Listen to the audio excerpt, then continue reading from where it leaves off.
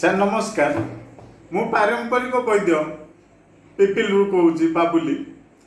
ଆଉ ଏଇଟା ମୁଁ ଗୋଟେ ବଢ଼ିଆ ଜିନିଷ ଆଜି କହିବି। ସାଇଟିକା ପାଇଁ ବହୁତ ଲୋକ ହଇରାଣ ହେଇଛନ୍ତି। ଆଜି ବହୁତ ଲୋକ ହଇରାଣ ହେଉଛନ୍ତି, ଟ୍ୟାବଲେଟ୍ ଖାଉଛନ୍ତି, ବହୁତ ଏକ୍ସରସାଇଜ ବି କରୁଛନ୍ତି, ହେଲେ ଛାଡ଼ୁନି। ମୁଁ ଗୋଟେ ସାର୍ 2-2.5 ମିନିଟ୍ ଭିତରେ ମୁଁ ଗୋଟେ ବଢ଼ିଆ କରିକି ଦେଖେଇ ଦେଉଛି ଚମତ୍କାର।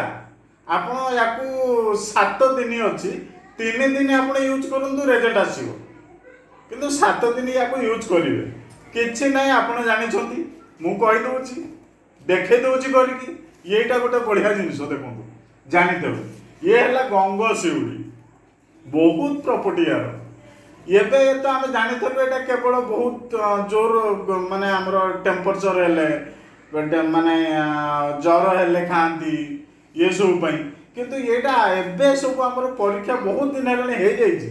7-8 ବର୍ଷ ହେଲାଣି ଆମର ସବୁ ପରୀକ୍ଷା ହେଇକି ସବୁ ଆପଣ ମାଗାଜିନ୍ ଏସବୁରୁ ପଢ଼ିଥିବେ ବହୁତ ପେପରରେ। ଏଇଟା ଆମର ସାଇଟିକା ବାତ ପାଇଁ 1 ନମ୍ବର। ସାଇଟିକା ଯେଉଁ ନର୍ଭ ଟାଣି ହେଉଛି ଅଣ୍ଟାଠୁ 1 ନମ୍ବର ରାମବାଣ ପୁରା। ଆଉ ଏଇଟା ଆମର ଗଙ୍ଗଶିଉଳି ଜମା 7ଟା ନେବେ, 7ଟା ପତ୍ର।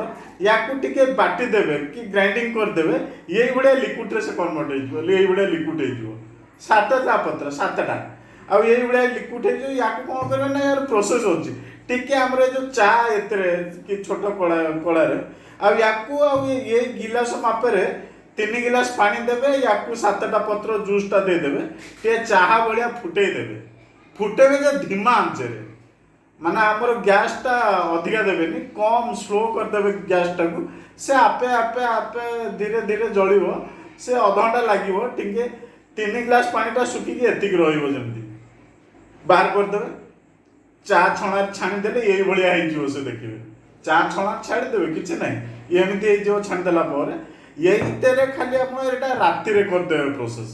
ଆଉ ୟାକୁ କରିଦେବେ ରାତିରେ ରଖିଦେଇଥିବେ।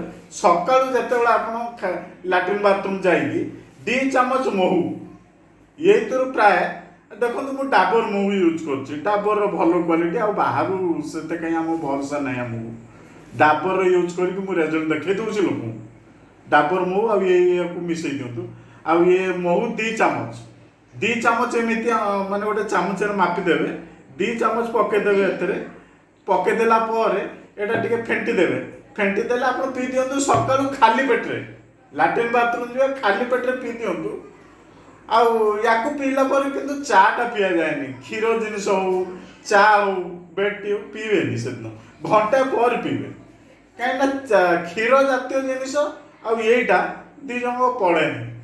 କାହିଁକିନା ଏଇଟା ଯଦି ୟାକୁ ଖାଇକି କ୍ଷୀର ଜିନିଷ କି କ୍ଷୀର ଚା ପିଇଦେବେ, ଜଣ ଜଣକୁ ଇନଫେକ୍ସନ୍ ମାନେ ଏଲର୍ଜି ଭଳିଆ କୁଣ୍ଡେଇ ହୁଏ। ତେଣୁ ଆପଣ ପିଇବେନି ଘଣ୍ଟାଏ ଜମା। ୟାକୁ ପିଇଲା ପରେ ଘଣ୍ଟାଏ କିଛି ଖାଆନ୍ତୁନି, ନହେଲେ ରହିଯାଆନ୍ତୁ। ଆଉ 3 ଦିନ ଗଲେ ଏଇଟା ରାମବାଣ ଭଳିଆ ୟୁଜ୍ ରେଜଲ୍ଟ। କିନ୍ତୁ ଏଇଟା ଆମର କଣ୍ଟିନ୍ୟୁ ଯଦି ଆପଣ ଲଗେଇଦେବେ, ପିଇଦେବେ 7 ଦିନ ପିଇକି ଦେଖନ୍ତୁ, ଆସିଯିବ ରେଜଲ୍ଟ। ତାପରେ ମଝିରେ ଟିକେ ଗ୍ୟାପ୍ ଦେଇଦେବେ 7 ଦିନ, ପୁଣି ଆଉ ସପ୍ତାହେ ଚଲେଇଦେବେ। ଏମିତି 3 ସପ୍ତାହ ଖଣ୍ଡେ ଚଲାନ୍ତୁ, ଗ୍ୟାପ୍ ଦେବେ।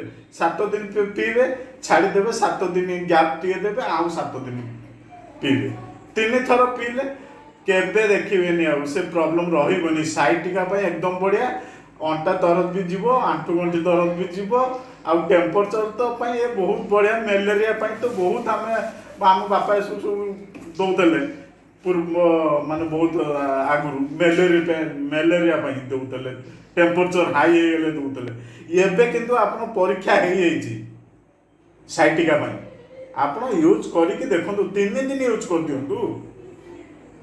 ରହିଲି ସାର୍, ଯାହା ଦରକାର ମୋତେ ଫୋନ୍ କରି ପଚାରିବେ।